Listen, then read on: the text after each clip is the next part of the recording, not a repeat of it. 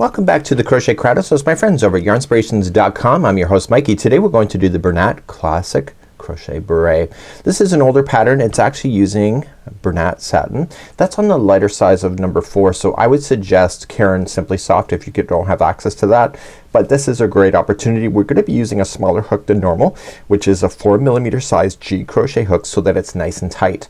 So what we have here is the first set of instructions here, and it says continue in this manner until 120 stitches. So I know you're gonna ask me, I wish that you would have put the round counts for that. I have that for you today.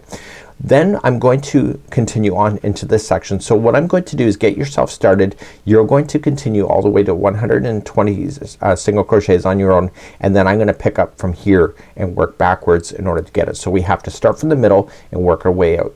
So let me show you. I already have a partial sample that I did on my vacation to Prince Edward Island. So I already have half of this already done, and then I'm gonna finish that half with you on camera, but I will get you started anyway. Before you really get into this tutorial, I'm recommending you do a gauge check. I'm actually at the end of my tutorial at this moment, and my hat is too small for an adult size. So the gauge is 15 single crochets by 16 rows. We have the tutorial available on gauge checking. I'll put that in the actual article itself to check your gauge, because you can see the hole here, even though it does stretch, it's too small for an adult size here, and that's because even though I'm using the same size hook, I'm a little too tight. So just keep an eye on that, and I'd recommend that instead of being disappointed at the end. So here on camera, this is a hexagon. So before it shapes into that beret, it looks like this. So this is round number 19 when we finish off with doing 18 stitches in a row and then 2 into the next one. I will talk about that in just a moment. But what I want you to be very conscious is that there is 6 sides. So whenever we go to increase each round, it's by 6. That's because there's 1 each single crochet per section of the sides that we have. So let me take you to the counts that you would need to do, and you might want to do a screen freeze in order to do that as well. So as you're continuing each section, you're gonna go 1 through 5, and it says continue in the same manner, increasing 6 stitches per round as established to 120 single crochet. So here's rounds number 6 all the way to 19. So I did the counts of what the stitch counts are per round, but what I want you to pay attention to is the letter or the numbers in green.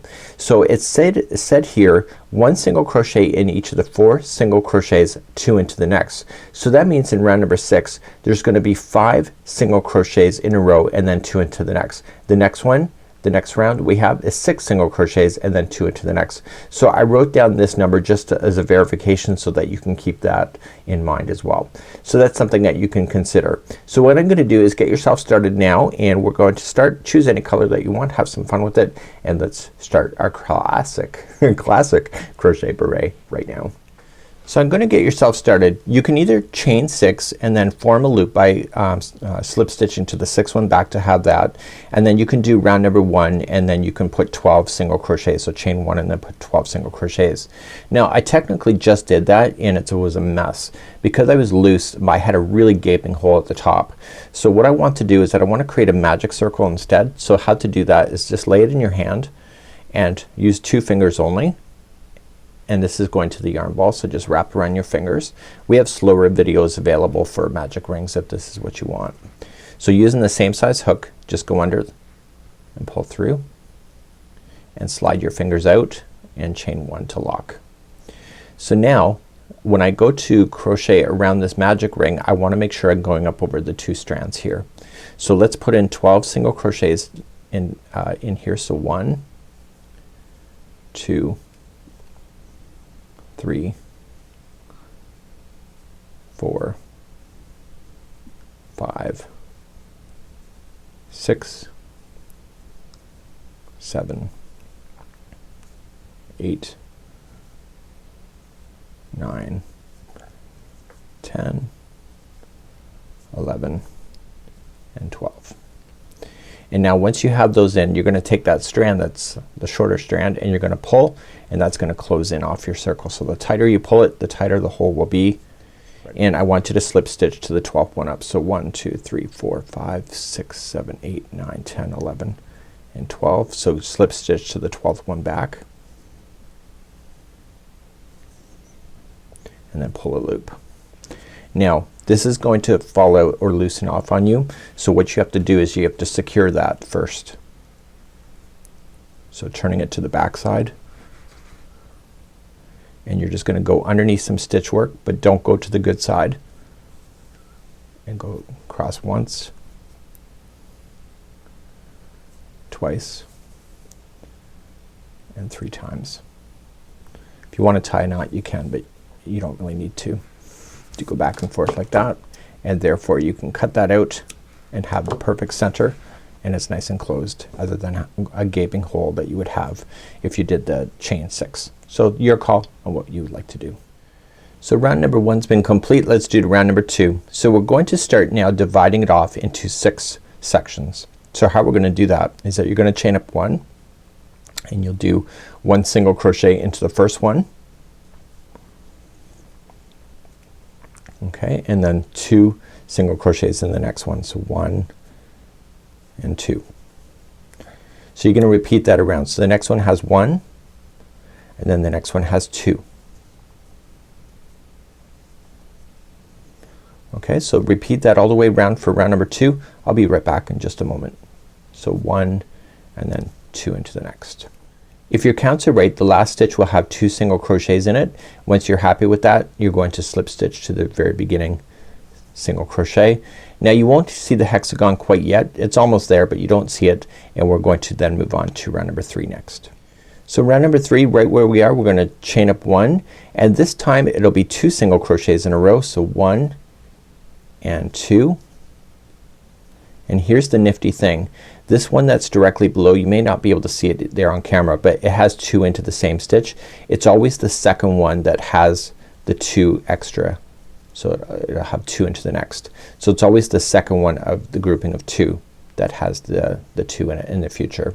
So once you did that, you're going to put 2 single crochets in a row. So 1 and 2, and if you're looking carefully, this is the second stitch of the grouping of 2. That one's gonna have 2 in it this time. Okay, so then 2 in a row, and then 2 into the next. Please do this all the way around for round number 3. Just finishing up round number 3, just slip stitch to the beginning single crochet, and the hexagon is now starting to appear. Let's do round number 4 next. So round number 4, chain up 1, and this time there's gonna be 3 single crochets in a row. Do you see how that's increasing each time? So 1, 2, and 3, and then the next one has 2, and you see that it's the second one of the grouping of 2 below, just so that you can get orientation on that. So round number 4 here, it's 3 in a row. So 1, 2, 3, and then 2 into the next. Please do this all the way around for round number 4. Coming up to the end of number 4, I'm just going to slip stitch then into the beginning. So round number 5 is where I'm going to leave you here, and then you're going to do all the way to 19. Just remember that you keep increasing each time. So round number 5, just chain up 1, and you're going to do 1 single crochet in each of the next 4. So 1, 2, 3, and 4, and then 2 into the next. So then for round number 5, it's just 4 and then 2, 4 and 2. Please do this all the way around, and I'll see you back here in just a moment. So just coming up all the way around, remember there is 2 stitches in the last one before the join, because you were doing the 4 and then 2, 4 and 2, so you have 4 and then the last one has 2. So let's go back to the worksheet here and let's talk, and we're going to get ourselves bigger, but let's see that worksheet so you can do a screen freeze if you have to.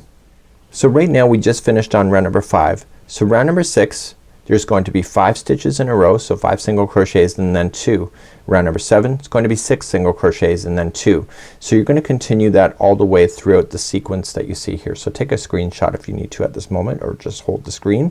And what I need you to do is that I need you to get all the way to round number 19, where you'll have 18 single crochets and then 2, and that will get you to where we need to pick up next.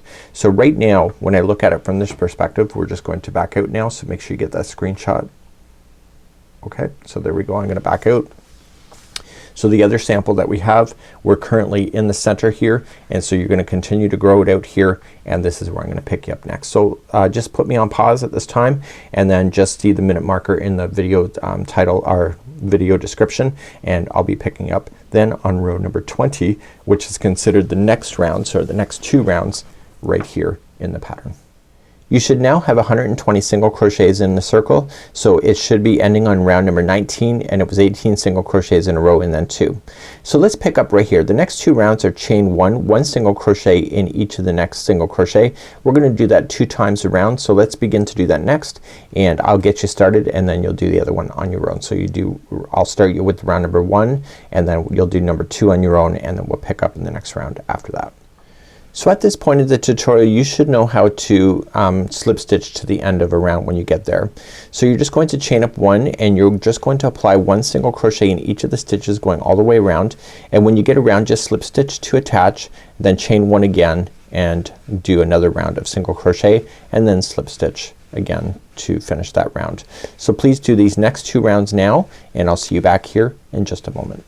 So I'm coming up to the end of the second round, and I'm just going to slip stitch, and you're going to notice then, because we just did 2 rounds of just single crochets, it rounded off this even nicer. So let's begin the next round, and we're going to start decreasing. Here we go. So let's begin the first round of decreasing.